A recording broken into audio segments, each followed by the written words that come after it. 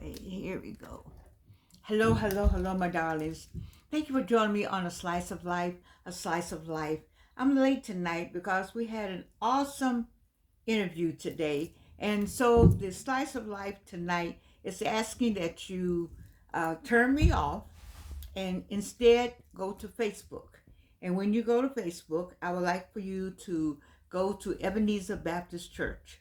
That's the home of Dr. Martin Luther King, Daddy King, and our senator from Georgia, Reverend Dr. Raphael Warnock, is the pastor and the shepherd of that church.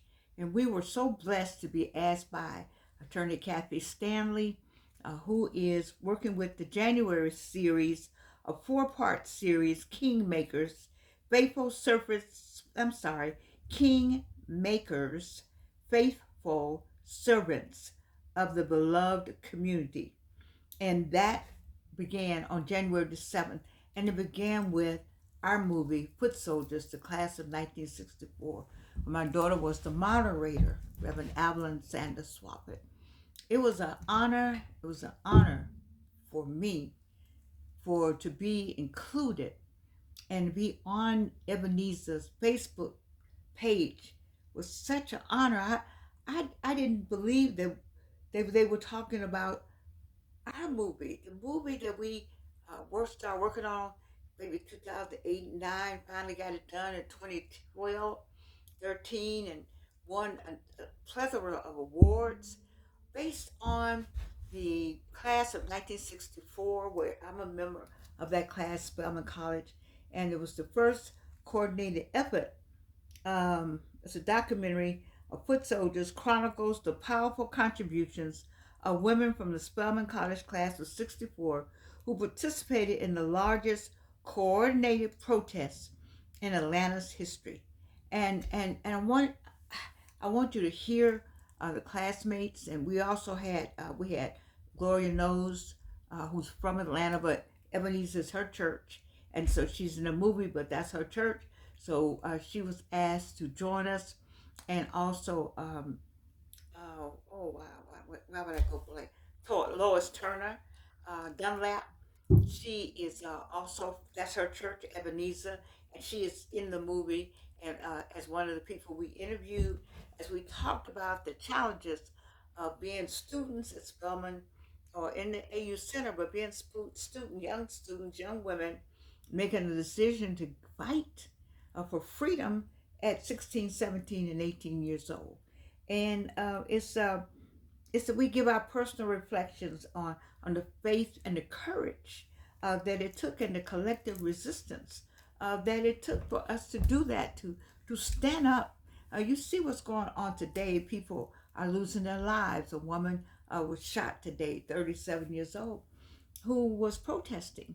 And many, we've had more than one occasion of people being shot and killed for protesting. We have the right to protest in this country. And then it gets turned around. Instead of it being a protest, she was a threat. And I think about how the gentleman jumped out of the line, jumped out and burned me with his cigarette. And nothing, of course, nothing was done because I was holding my little placard, fighting for freedom. And the men of us who fought for freedom, and people were able to do what they wanted to us, and nothing was said then, and nothing is being said now. It's a sin and a shame to me. But I believe that God has His way. God will take care of it. Now we have to pray. I continue to believe in continued prayer, and we have to be diligent in what we're doing in terms of our own families, our own progress, and coming together. I've talked to you about 2026. I told you that 2026 was going to be different, and that I needed you to be on board with your plans and your goals and where you want to be going, and how you're going to maneuver these people coming into our communities and making a point of selecting those whom they think are causing trouble, or those whom they think should be stopped or apprehended based on some criteria that we are unaware of, that we should know, or at least be able to defend ourselves. All of that is gone out the window. And so, because of that, it is important for me um, to say to you to be vigilant and pay attention to what's going on around you. And if you have papers, keep your ID and everything with you.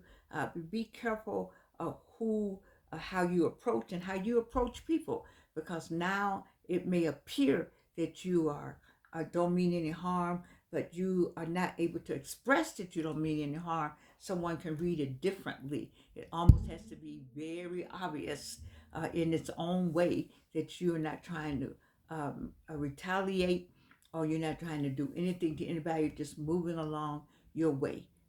And so today we want to thank Attorney Kathy Stanley for asking Evelyn, her longtime friend and soror, my longtime soror and friend, and Spellman's sister. She asked us if we would come and speak about the making of the movie, and talk. Let us, and she wanted to hear from those of us who remain on this side of Jordan as we talk and share our stories. One person was Marilyn Hoyt, Marilyn Price Hoyt. Mrs. Price, Mrs. Marilyn Price, you may have seen that iconic picture of Lonnie King and Reverend Dr. King on their way to jail. There's a beautiful woman standing with them. There's two. You can't see Blondine, but you can see Marilyn walking behind them. Of course, I want to talk about in a beautiful suit and high heels and stockings on their way to jail to be processed in as agitators because they dare to want to sit in the Magnolia Room or get a snack or try on clothes, all the things that we could not do during this time. And so she was on. She has a book, and she announced that she was not one of the leaders. We know that Charles Black, Lonnie King, and her Dr. Herschel Sullivan Challenor, and Dr. Rosalind Pope, and Julian Bond, Judge Brenda Sue Hill Cole, Mrs. Ann Borders, Patterson. These were the leadership. They were in the leadership role, and we were the foot soldiers, and we followed what their direction. There were people at Morris Brown, and we also did not get a chance to say today. I didn't. We brought up Ruby Doris Smith, who in fact lost her life, and there's going to be a ceremony for her at the CME Church on that Reverend Dr. Skip Mason, Herman Skip Mason's church. Reverend Dr. Herman Skip Mason has a church at Northside Drive and Martin Luther King and the CME Church there, and they will have a celebration of her life and of Ruby Doris Smith, because she, oh my God, this woman, she gave her life so that we can have freedoms that we're still fighting for in 2026. So if you get a chance to go to church this Sunday, or look up Reverend Dr. Herman Skip Mason. He does Facebook. He has a Banishing Atlanta. He was smart enough to start that Facebook page early, and we're watching Vanishing Atlanta. I have who lived here. Where did they go? I'm the byproduct of his Vanishing Atlanta page as we talk about neighborhoods that have moved from predominantly black neighborhoods to predominantly white, just completely erased. The meaning of Buttermilk Bottom has no meaning now. Summer Hill, nobody cares about the terminology or the names aside. They don't even know about the lightning. They call it the gulch. Just a displacement and the trauma associated with the displacement of people from their roots. And Dr. King was in love with the beloved community, but the beloved community has changed in so many ways now that I'm not sure if the adjective beloved may not be a necessary attachment to community.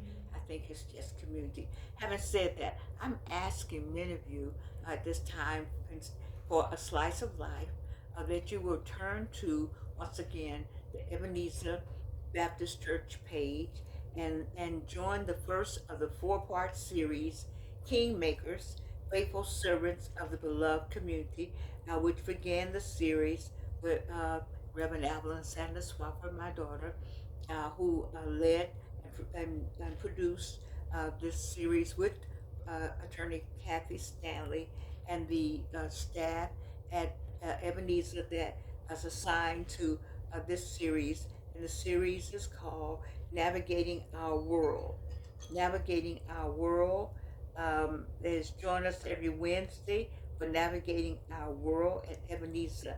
And I'm just it was the highlight, one of the highlights I could say of my life, to be associated, to be invited by Ebenezer Church to speak a word uh, through Zoom and share our stories about the. We could not have done it, our Atlanta student movement, without Dr. King coming to help and assist and bring light to what students were doing. I wasn't in a leadership role. I was a foot soldier.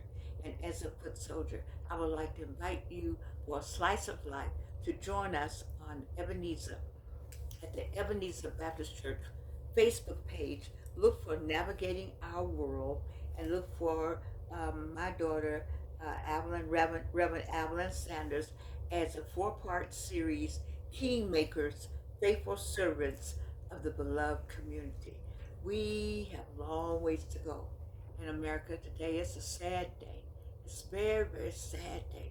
You get up, take a shower, put your clothes on, put your dog in the car, and you go and say, I'm going to warn people that ICE is here, that, or I'm going to protest to say, we don't need this in our community. We're doing all right, and then you get shot, and it turns out to be your fault.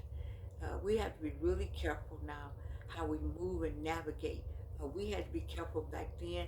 I talked about the burn that I received on my arm. We talked about how we were treated back in 1960, October, specifically October the 19th, 1960. And here we are in January the 7th, 2026.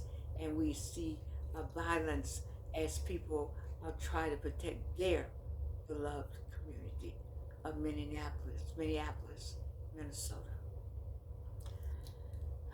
I love you. You know that. And there's nothing you can do about it. It's love.